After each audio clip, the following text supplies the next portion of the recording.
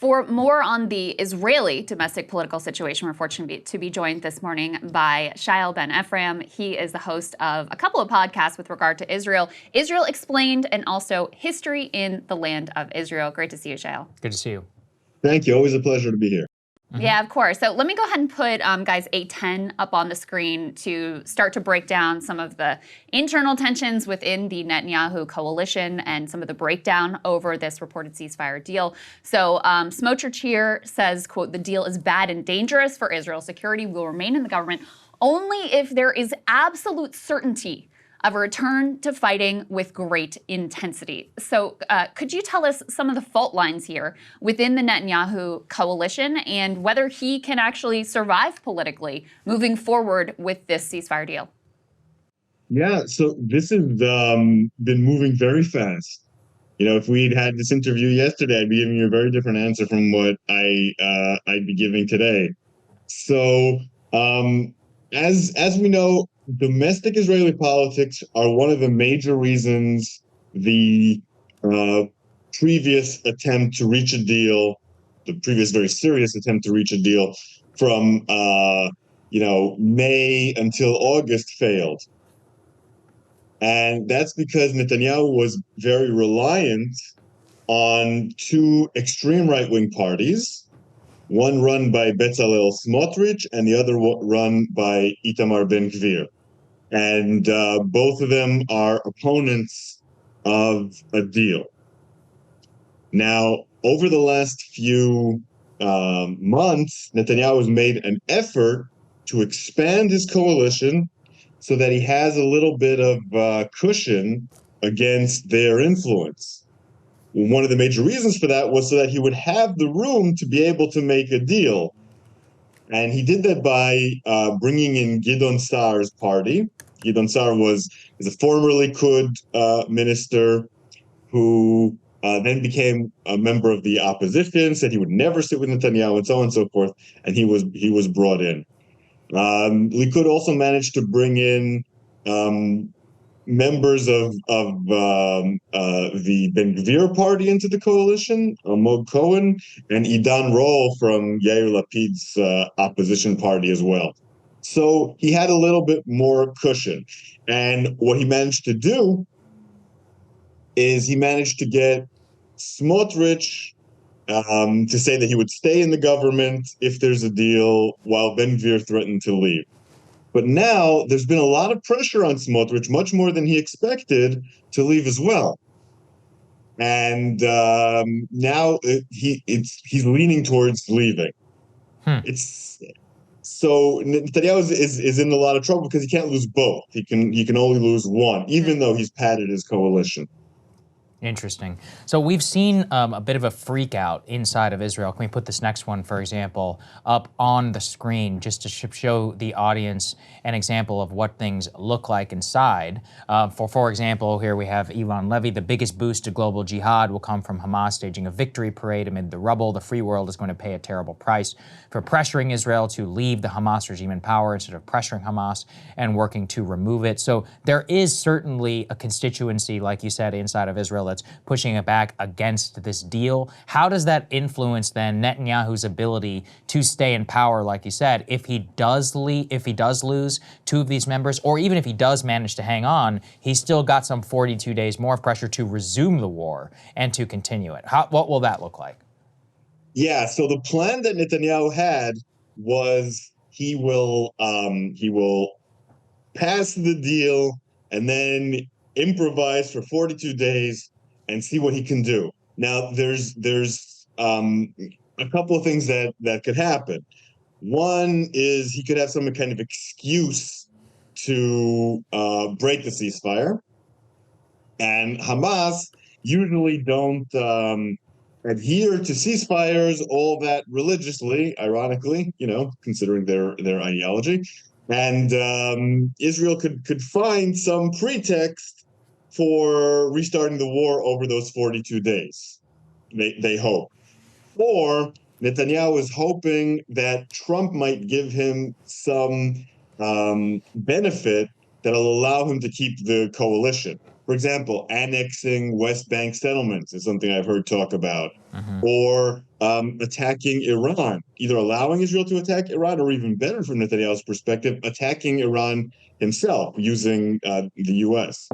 So then if you get that, then you can say, well, I got these benefits in return for the ceasefire. I have all these achievements. And also now is a matter of national security. We need to take out the Iranian nuclear program. So we need you to stay in the government. And so Smotrich and Netanyahu have been talking about those sorts of things. But Smotrich has been under so much pressure from his own party and from his own, like you said, constituency that deal is being frayed.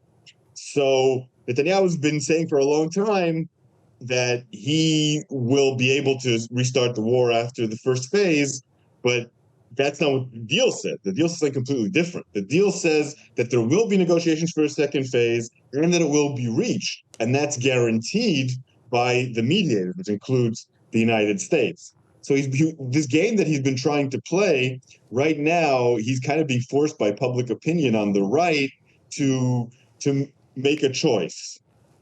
And that's where he is right now. If he comes out and says, there's not going to be a second phase and we're going to restart the war, then there's really no reason for Hamas to agree to anything. Exactly. Right.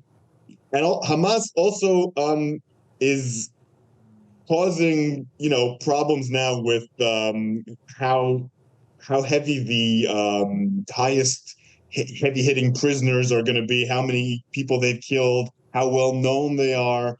And Hamas is also going to play all sorts of games during the ceasefire.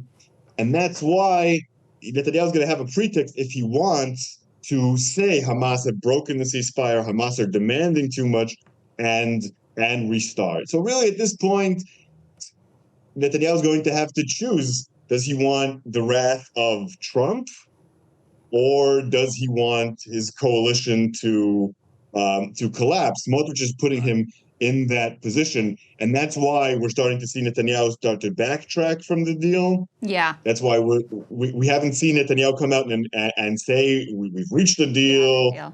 I'm happy that everyone else involved has. Let me actually jump in on that, because that is the latest reporting. His office put out a statement saying Hamas is reneging on the understandings and creating a last-minute crisis that is preventing an agreement, so giving himself a pretext to potentially back out of the deal and lay the blame at the feet of Hamas. There's also the Jerusalem Post reporting that he's sort of playing fast and loose with some of the terms of the deal. So he's saying, contrary to misleading reports, Israel's not withdrawing from the Philadelphia corridor. Israel will remain in phase A of the corridor for the entire 42-day period. That's different from the terms of the deal, as has been publicly reported. In addition, he's saying no end to the war until Hamas agrees to Israel, quote, achieving the war's objectives of destroying Hamas as a militant group, disarming Gaza, and deposing the local government. There's very small likelihood Hamas would agree to a deal that includes requirements of their own destruction. So, do you think that this deal even ultimately goes forward? What do you make of this last-minute squeamishness and the fact, as you said, that Bibi himself has not come out and said, hey, congratulations, we have a deal, we're moving forward with this? Yeah, so there's a real problem here separating the normal, shall we say, Middle Eastern last-minute negotiation tactics, which are always like this, and the coalition crisis in Israel. It's very hard to separate those two.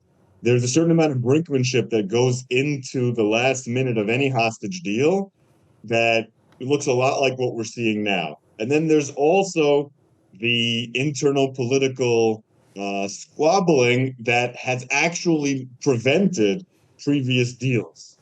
And to some extent, they also serve each other.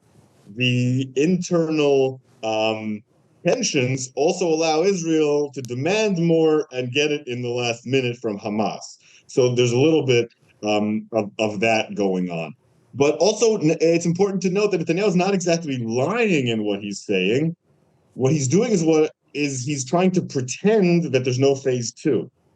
In phase one, Israel does remain in the Philadelphia corridor.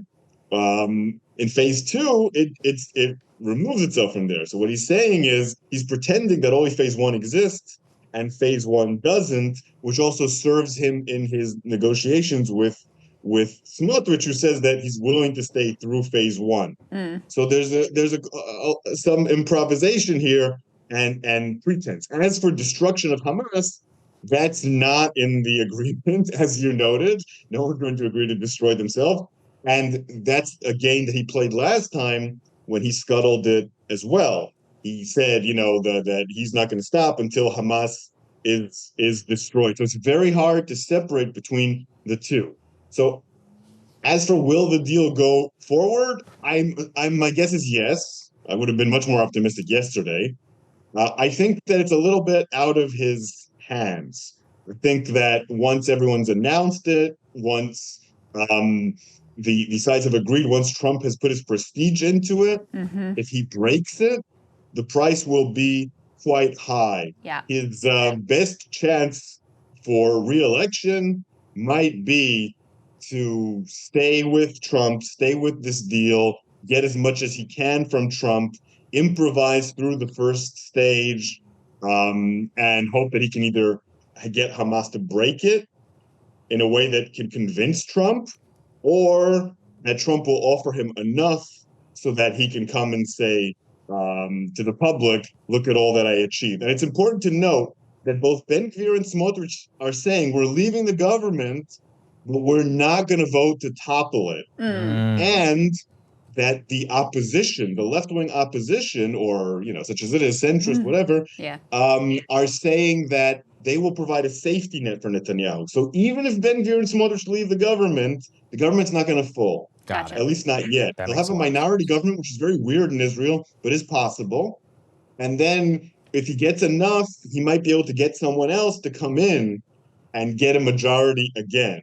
So if I was him facing these two things, I would take the deal and try to get as much from Trump, and then try to reestablish my coalition with other parties or bring Ben-Gvir or Smotrich back in. And I'm guessing that's what he's going to do. And so he's going to try to get as many concessions as he can, go to the deal, stay in the government. He'll survive because no one's going to topple him in the meantime because he has a safety net, and then he'll improvise and find a way to survive. Netanyahu always finds a way to survive. Yep. Yeah, that's a fair bet generally. Thank you so much. It's always so useful to have your analysis. We appreciate you joining us. We appreciate it, man. Thank you. Anytime. Have a wonderful day. Hey, if you like that video, hit the like button or leave a comment below. It really helps get the show to more people. And if you'd like to get the full show ad-free and in your inbox every morning, you can sign up at breakingpoints.com. That's right. Get the full show, help support the future of independent media at breakingpoints.com.